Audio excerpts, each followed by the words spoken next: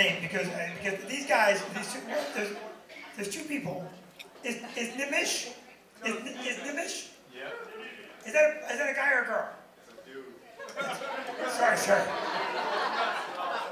Nimish Patel is an Indian name, and I'm not from North Edison.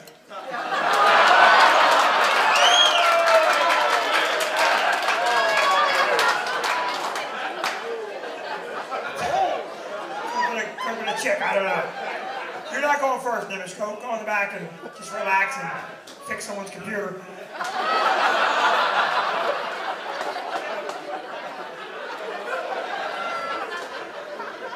So listen to careful, ladies and gentlemen. I want you to be energetic. I want you to be attentive. I want you to do me a favor. You are going to help us judge this all-important competition. This winner of this competition will be deluded into thinking he has a career in front of him.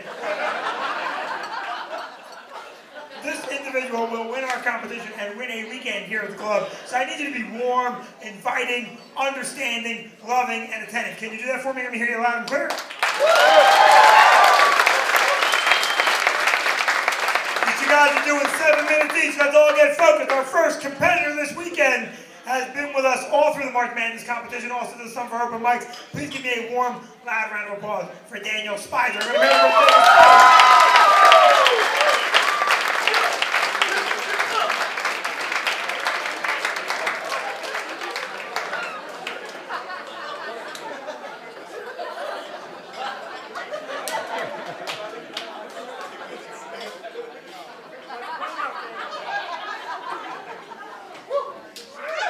Thank you, guys.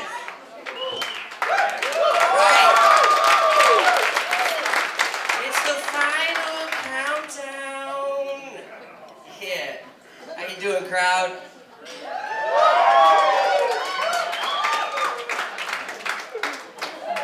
Here we go. My parents are in attendance tonight, crowd. My parents are here to see me do comedy.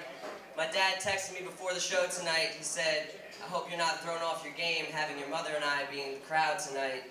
You can still use all your dirty jokes, LOL. So I texted him back, I'm never off my fucking game.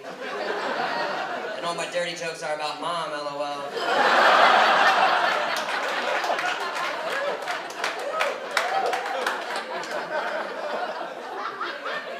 I have an Arab roommate, crowd. I have an Arab roommate, and he's the biggest sweetheart I know. He's not a terrorist.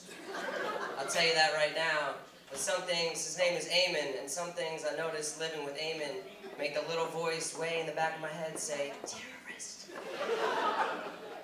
Every Tuesday and Thursday when I come home from class, there's always an unmarked package waiting for Eamon that says handle with care. That's 2 delicate packages a week. That's a lot of delicacies being shipped over to Eamon.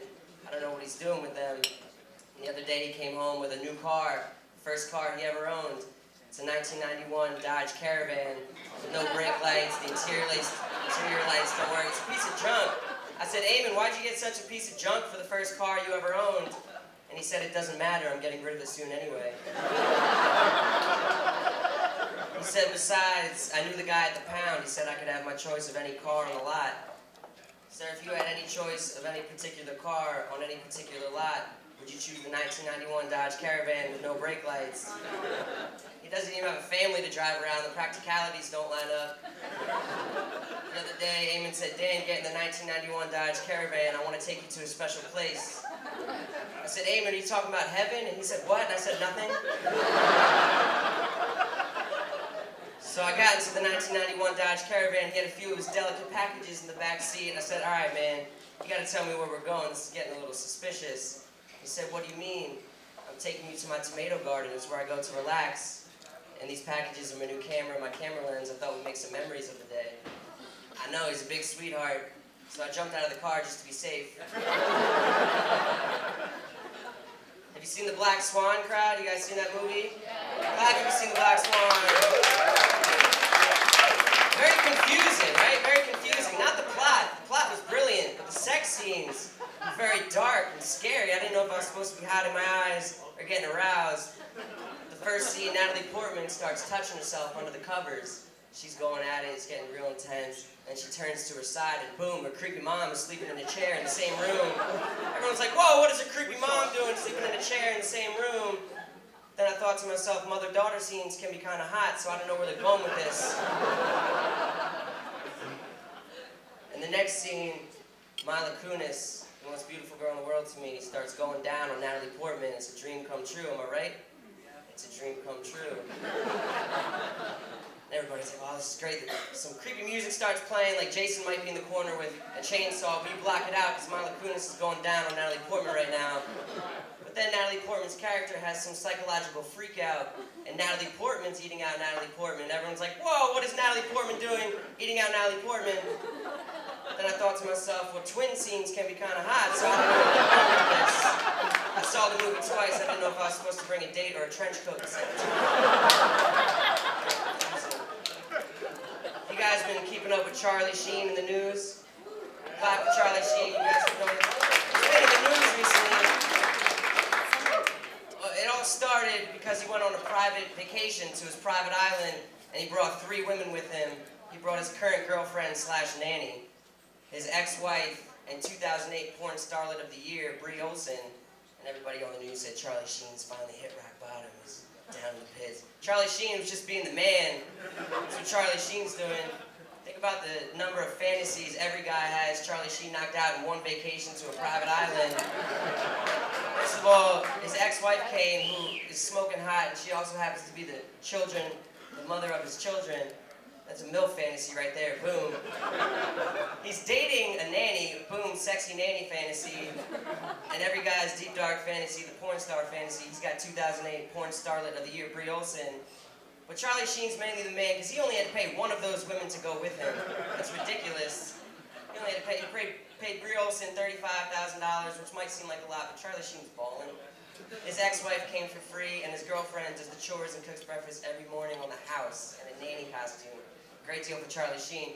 I think the main reason he went so public with his vacation, though, was to finally show the world he's got the best penis in the land. He must have a magnificent penis. How else does Charlie Sheen get his ex-wife to come on that vacation? Let's see the phone call. He's like, hey, Brooke, it's Charlie. I'm going on vacation to a private island with my girlfriend, Nanny, and 2008 porn starlet of the year, Brie Olson. What do you say? She was left with no choice. Damn you, Charlie, and your perfect penis. Send me a cab.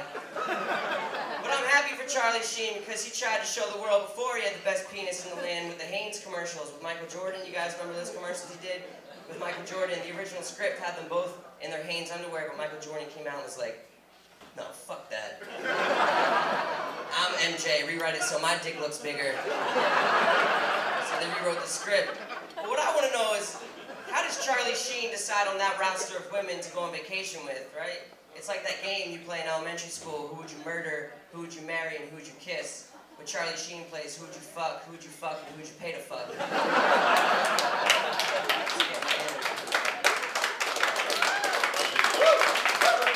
I know what it's like to be a minority crowd. Dude, got real quiet in here. I know what it's like to be a minority. I took a class called Afromusicology. I love music. I thought it'd be great. I walked in on the first day. It was a black professor, 35 black students, and yours truly. There's 3 Indian kids, but we couldn't pronounce their names, so it didn't matter. There'd be great discussion going on, and I love music, so I'd try and chime in. I'd raise my hand, but every time I raised my hand, everybody would just quiet down and look at me and they'd be like, what is he doing?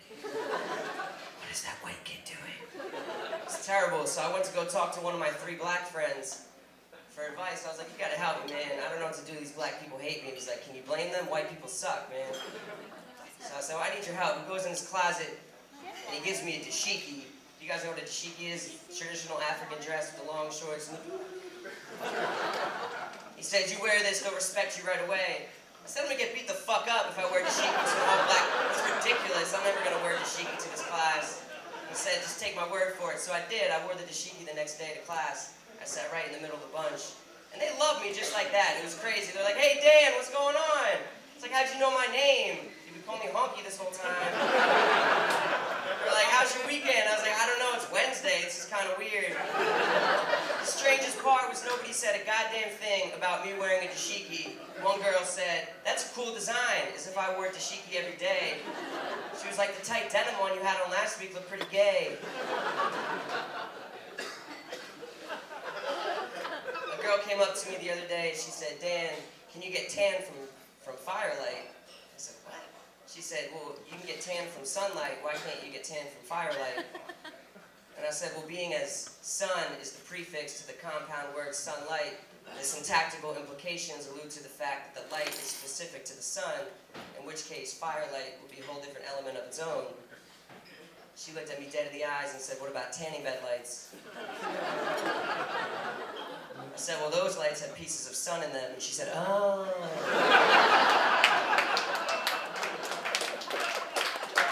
Crowd, have you ever looked at a picture of yourself from when you were a little kid and wondered if everybody else thought you were gay? Thank you, guys. I'm gay as Speiser.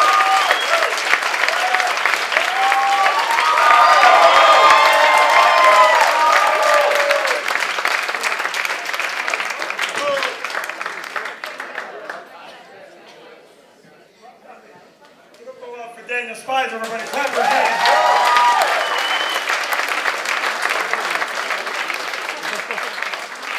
This is why I love stand-up comedy. I didn't know that either. I had no idea that tanning bed lights had pieces of the sun in them.